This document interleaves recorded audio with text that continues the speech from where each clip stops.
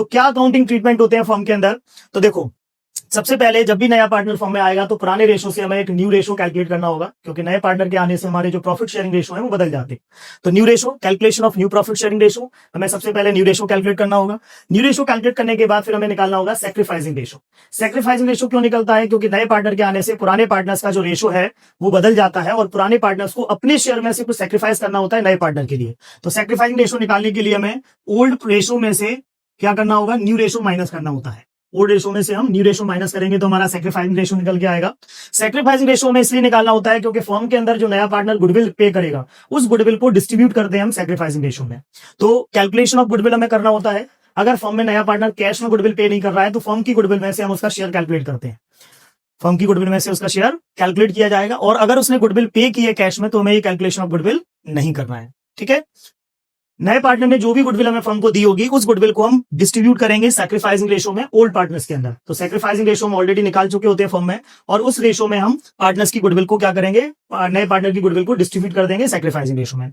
Then उसके बाद अगर क्वेश्चन में हमसे जनरल एंट्री पूछी गई है तो हमें गुडविल की और रीवैल्यूएशन अकाउंट की एंट्रीज पास करनी होती है। तो अगर हमें जनरल एंट्री पूछी है तो हमें गुडविल की एंट्री करनी होती है, अलग अलग कंडीशंस के हिसाब से एंट्रीज होती है, वो एंट्री हमें पास करेंगे। फिर एक अकाउंट बनाएंगे रीवैल्यूएशन अकाउंट, क्योंकि फर्म के अंदर जब नया पार्टनर आता है तो वो फर्म की एसेट्स और लायबिलिटीज का वैल्यूएशन करवाता है। तो फर्म की एसेट्स लायबिलिटीज के वैल्यूएशन से हमें क्या फायदा हुआ, क्या नुकसान हुआ, दैट मींस प्रॉफिट और लॉस क्या हुआ, वो निकालने के लिए हम रीवैल्यूएशन अकाउंट प्रिपेयर करते हैं। रीवैल्यूएशन से जो प्रॉफिट और लॉस आएगा वो पार्टनर्स को ओल्ड रेशो में डिस्ट्रीब्यूट हो जाता है। देन फर्म की बैलेंस शीट के अंदर पहले से कोई जनरल रिजर्व दिया हो, प्रॉफिट एंड लॉस दिया हो, ओल्ड गुडविल दी हो, एडवर्टाइजमेंट सस्पेंस दिया हो, आईएफआर दिया हो, डब्ल्यूसीआर दिया हो, मतलब investment fluctuation reserve, workman compensation reserve, जितने भी तरह के रिजर्व होते हैं वो सारे पार्टनर्स को डिस्ट्रीब्यूट कर दिए जाएंगे ओल्ड रेशो में। बिकॉज नया पार्टनर आ रहा है तो फिर से क्रिएट किए जाएंगे ये सारी चीजें, इसलिए हम पुराने रेशो में सारी चीजों को डिस्ट्रीब्यूट कर देते हैं।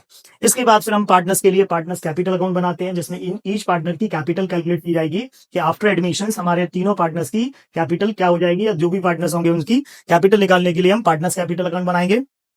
अगर क्वेश्चन में एडजस्टमेंट ऑफ कैपिटल की कैलकुलेशन पूछी जाएगी तो हमें एडजस्ट करना होगा कैपिटल को। देन कैश अकाउंट और बैंक अकाउंट से हम कैश बैलेंस निकालेंगे कि आफ्टर एडमिशन हमारी बैलेंस शीट का जो कैश बैलेंस है वो कितना इंक्रीज हुआ या डिक्रीज हुआ, तो वो कैश अकाउंट से निकलेगा। और फिर लास्ट में हम एक रिवाइज बैलेंस शीट प्रिपेयर करेंगे न्यू बैलेंस शीट के नाम से, और उसमें हम पुरानी बैलेंस शीट के बेसिस पर नई बैलेंस शीट के अंदर क्या क्या चेंजेस हुए वो चेंजेस करके न्यू बैलेंस शीट प्रिपेयर की जाए। तो ये पूरा एक प्रोसीजर है हमारे एडमिशन ऑफ पार्टनर्स के टाइम पर फर्म के अकाउंट्स को कैलकुलेट करने का, फर्म के अकाउंट मेंटेन करने का।